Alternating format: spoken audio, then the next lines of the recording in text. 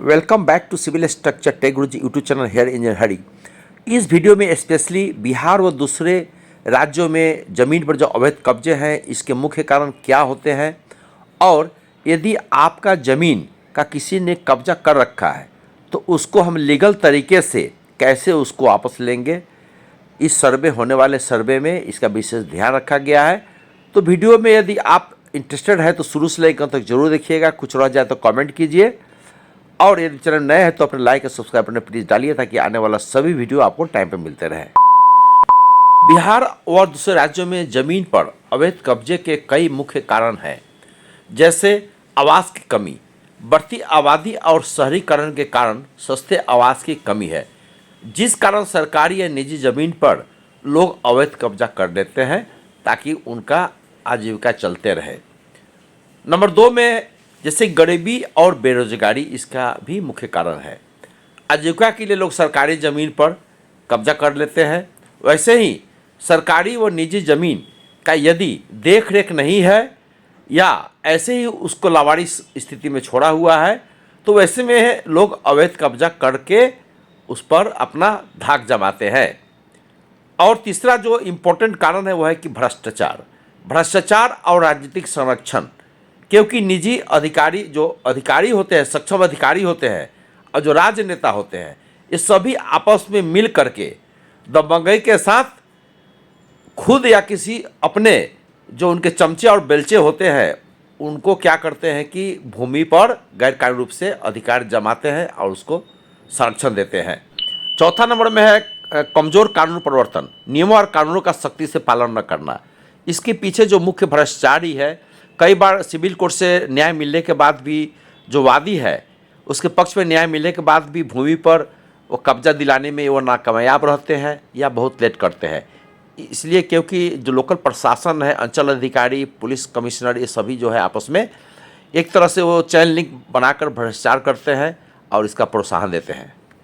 और जो दूसरा एक मुख्य वजह हो सकती है कि ज़मीन जब भी डिजिटलाइजेशन हुआ तो रिकॉर्ड में भारी गलती की गई, ज़मीन का खाता खसरा सही नहीं किया गया, जमाबंदी में सभी प्लॉट का रिकॉर्ड दर्ज नहीं किया गया, जिस कारण से जो भू माफिया है, जो दबंग लोग हैं, ये क्या करते हैं कि किसी का ज़मीन किसी को रजिस्ट्री कर देते हैं। ये सब रिकॉर्ड में भारी गड़बड़ी कारण होता है और इससे जो ज़मीन की गलत ढंग से अवैध कब्जा है इसको प्रोत्साहन मिलता है।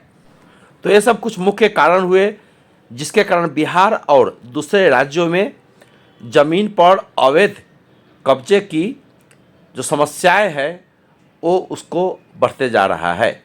यदि आपको और जानकारी प्राप्त करना है तो अपने चैनल को सब्सक्राइब कर लीजिए। किसी अन्य विषय पर कोई जानकारी या चर्चा चाहते हैं तो आप कमेंट बॉक्स में बताइए। यदि आपका ज़मीन किसी ने अवैध कब्जा कर रखा है और आप उसे हटाना चाहते हैं तो निम्नलिखित कदम उठा सकते हैं। जैसे फर्स्ट में सबसे पहले अंचल निरीक्षक और पुलिस अधिकारी को शिकायत करें जो कि लोकल में है, वहाँ पर जाइए और शिकायत कीजिए। शिकायत पत्र में ज़मीन की पूरी जानकारी दीजिए, कब्जा करने वाले का नाम पता अच्छे से दीजिए और कब्जे की तारीख यदि जानकारी है तो वह भी डालें। 3, राजस्व विभाग से संपर्क करें। अपने क्षेत्र के राजस्व विभाग और सर्कल अधिकारी जो होते हैं, सीओ जो ब्लॉक में बैठते हैं, संपर्क करें और अवैध कब्जे की जानकारी दें। ज़मीन की आवश्यक दस्तावेज जैसे खाता खसरा, रेती ज़मीन है तो उसकी खतियान और रसीद, कटरी रसीद की कॉपी, उसकी ज़मीन की चौहद्दी, लोकेशन, मौजा, सभी कुछ लिख करके आप अच्छे से राजस्व अधिकारी को दें। इसके अलावे आप कानूनी नोटिस भी भेजें, कब्जा करने वाले व्यक्ति को कानूनी नोटिस भेजें। उसके उपरांत ज़मीन खाली करने की मांग उसमें की जाए। यह नोटिस किसी अच्छे कानूनी विशेषज्ञ यानी वकील से लिखा होना चाहिए।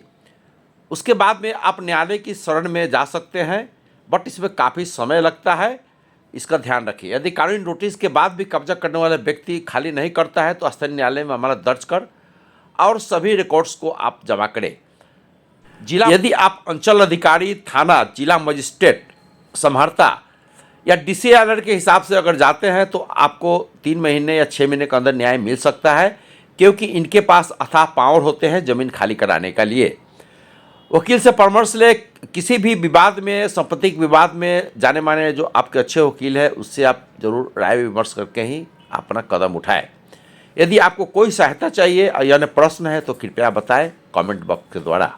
और जानकारी चाहिए तो वीडियो को कंटिन्यू कर सकते हैं।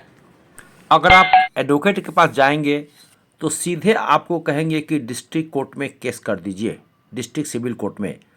और इसका कहना है कि इसमें जो है कि 20 साल 25 साल लग जाते हैं केस को फाइनल होने में, और महीना का महीना आपको उसमें वकील को फीस देने पड़ेंगे, और उसमें जो दलाल है उसको फीस देने पड़ेंगे, और आपकी जितने का प्रॉपर्टी है उससे कई गुना पैसे आपके लग सकते हैं वो कोई नतीजा पर पहुंचने के लिए, जो कि अनिश्चित होता है, हार भी सकते हैं जीत भी सकते हैं। वैसे में अगर ज़मीन कोई आदमी अगर आपको कब्जा किए हुए हैं तो इस पचड़े में नहीं पड़ के सीधे डिस्ट्रिक्ट कोर्ट में अपील नहीं करके आप सबसे पहले अंचल कार्यालय में, वहाँ पर शिविर लगती है जिसमें थाना प्रभारी भी होते हैं, अंचल अधिकारी भी होते हैं, राजस्व कर्मचारी भी होते हैं, सभी लोग होते हैं, अंचल निरीक्षक भी होते हैं। वहाँ पर अपना प्रतिवेदन दायर करें और वहाँ पर एक वाद दायर करें, जैसे आप पिक्चर में देख रहे हैं। उस वाद की सुनवाई होगी, हो सकता है कि 5-6 डेट पड़े, और आपकी सुनवाई होगी उसमें श्योर, और कुछ न कुछ उसमें नतीजा पास होगा। यदि आपके पास सारे जो कागज है ज़मीन से संबंधित, स्वामित्व से संबंधित, यदि आपका पुख्ता सबूत है और सभी कागज आपके फेवर में है, और उस पर कोई यदि केस नहीं चल रहा है, कोई मुकदमा नहीं चल रहा है, तो आपके जो भी जजमेंट होगा अंचल कार्यालय से उसको आप रखिए। और वहाँ से यदि आप संतुष्ट नहीं होते हैं तो आप अगला जो है डिस्ट्रिक्ट में जा सकते हैं, DCLR के पास जा सकते हैं।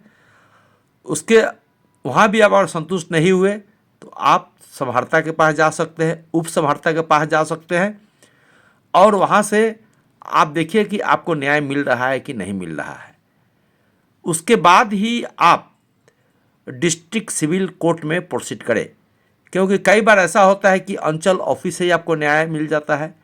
कई बार आपको समहर्ता जो डिप्टी कलेक्टर होते हैं, जो जिला के कलेक्टर होते हैं, जिला कलेक्टर, वहाँ से भी आपको कई बार न्याय मिल जाता है यदि पेपर आपका मजबूत है तो उस केस में आप स्टेप बाय स्टेप एक ज़मीन से, एक ग्राउंड लेवल से स्टार्ट करें।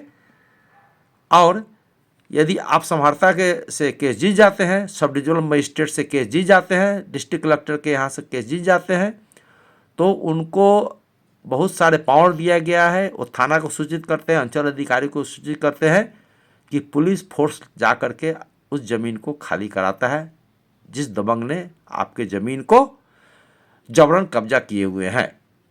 ये सारे चीज़ें अगर नहीं होती है इम्प्लीमेंट, तभी भी आप डिस्ट्रिक्ट कोर्ट में जाए, हाई कोर्ट में जाए, क्योंकि वहाँ जाने का अर्थ ये होता है कि आपकी काफ़ी भारी पड़ेगा आप पर। अब ज़मीन की कॉस्ट कितनी है, आपकी खर्चा कितनी है। अगर पारिवारिक संपत्ति में किसी ने आपके ज़मीन को हड़प के रखे हुए हैं तो उसमें आप आपस में ही मिल बैठ करके इसका समाधान करें। और यदि कोई बाहरी व्यक्ति ज़मीन को ज़बरदस्ती जोते हुए, कैप्चर किए हुए है, तो उस पर उसमें भी आप मिल बैठ कर के बात करें एक बार। अगर नहीं हो तभी ही आगे कदम बढ़ाए। Thank you very much. उम्मीद है वीडियो में दी गई जानकारी आपके काम आ सके। Till then take care, here engineer Hari. जय हिंद।